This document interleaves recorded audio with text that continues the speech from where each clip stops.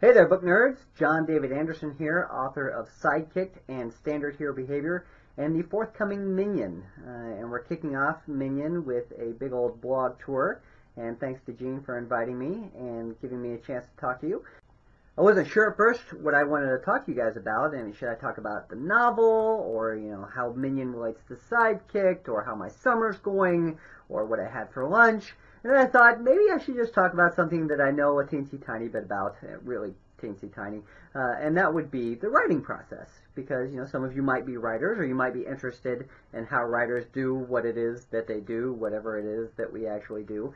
And so I thought, well, why not just give them a sort of visual representation of what my writing process looks like? So here we go. So this is what my writing process would actually look like if you were to visualize it. And it starts with an idea. And most of my ideas, if I'm being completely honest, come while I'm in the shower, which has the added benefit of making me smell decent when I go to sit down and write. Now that I have my idea, I am ready for my furious creative explosion of imaginative energy where lava and words coming right out of my head. It's really fantastic stuff. And then I realize I have no idea what I'm actually talking about. That requires the need for some research. And everything your teachers told you was true. Research is a good thing, but thankfully we have the internet, which means I can just go to Wikipedia and find out anything I need to know. Now that I know what I'm talking about, I can go do the drafting part. And the drafting part pretty much looks like that, me huddled over, holding my head, pieces of paper crumpled on the floor.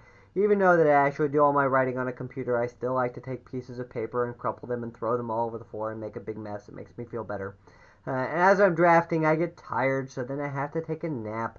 And I look just like that, except maybe a little less fuzzy. And then I need to get some inspiration. And where I go for inspiration is other books. And I read the authors that I love, and I realize how much better than me they are, and that sort of strives me to become a better writer myself. And so I get back to it, and then I have more of the creative, furious explosion of imaginative activity. And that leads to me realizing that everything I've written so far is pretty much junk.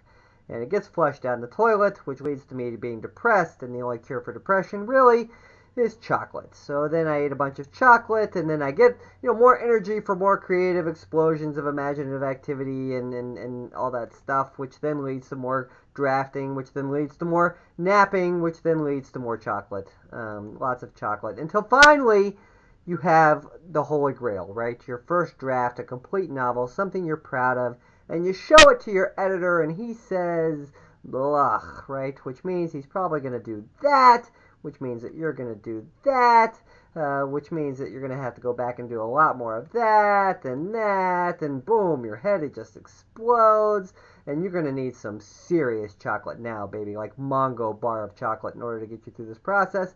And finally, you're just drafting and revising until you get, you're happy. Your editor's happy. You've got something you can work with, and you send it in, and it gets published, and it's on the shelf, and 6 months later, you get a royalty check, and hallelujah, you say to your wife, we're going out to dinner, baby.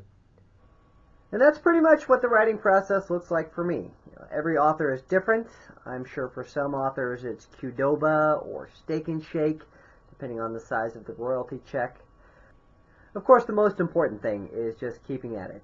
Even with the exploding heads and the crumpled paper and your editor making that face, whatever it is, if you keep at it, if you're persistent, if it's your dream, to be a writer or a trapeze artist or the alien overlord of the fourth dimension or whatever it is that you want to be, just follow it, right? You'll get there eventually. Just make sure that you bring a lot of chocolate along. I wish you the best of luck, and I hope you have a great summer, and I hope you enjoy Minion. Thanks.